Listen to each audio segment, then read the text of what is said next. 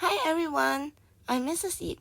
Welcome to the first tutorial of my new series, which I will be sharing the fundamentals of drawing. In this tutorial, I will be sharing tips to improve skill in line drawing. If you are keen to learn to draw artistic lines without a ruler, take a pencil and start drawing with me. If you like this video, do click the subscribe button for a new video update and give a like to the video. Part 1. 4 ways to hold a pencil while drawing. The first method, tripod grip.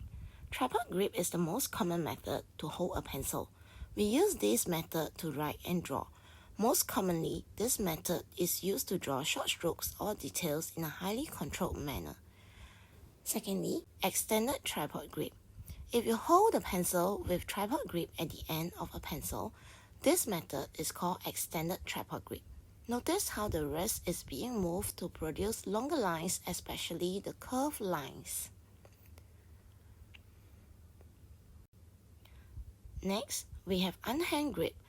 Underhand grip allows us to draw straight lines across the page while applying different strength. For this method, I draw a long line by shifting my arm instead of my wrist. Overhand grip. Overhand grip is commonly used when our canvas or drawing paper is put upright. Having an arm length distance helps us to check the overall proportion of our drawing. I will be demonstrating to you how to draw straight lines with the 4 methods.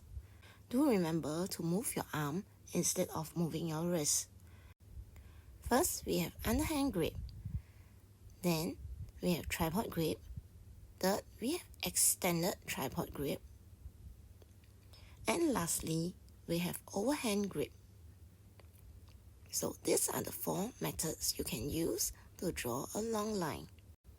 Part 2. Drawing straight lines without ruler. In this tutorial, I will draw only with tripod grip as it is my favorite way of drawing. Practice to control your pencil by drawing short lines without breaking them into little parts. Once you get a hang of it, then challenge yourself to draw longer lines. When drawing a long line, draw 2 little dots as a guide. Focus our eyes on the designated dot and move your hand towards it. I move my arm while drawing long lines. Practice to draw in different directions: horizontal, vertical, or diagonal. Part 3. Training hand and eyes coordination. Knowing how to draw straight lines is not enough. We have to learn to draw accurately, as proportion is the most important ingredient for a good drawing. Drawing by actively engaging our seeing is crucial to get the basic right. I have a simple exercise which can challenge our hand and eye coordination. Try to draw a square freehand. A square has 4 90 degrees angle and 4 sides of same length. After drawing a square, measure it with a ruler and amend the lines if necessary. Be critical, be focused, and aim to be accurate. You can draw squares of different sizes to train your seeing and drawing coordination.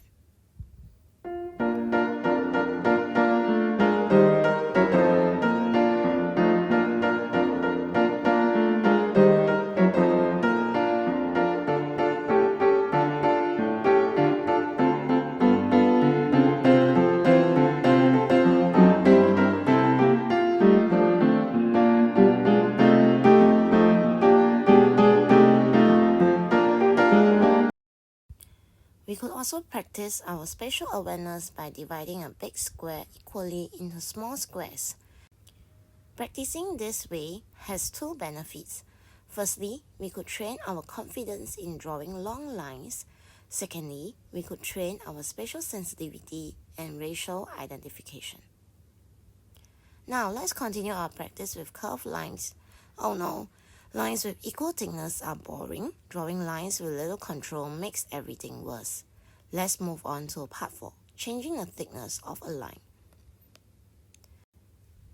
Let's start the practice by drawing thin lines. Apply little pressure while you draw on the paper and moving across the page. Then, Now increase the pressure to draw a darker and thicker line. Next, you can vary the pressure across the line. Start with light pressure and slowly increase the pressure and then decrease.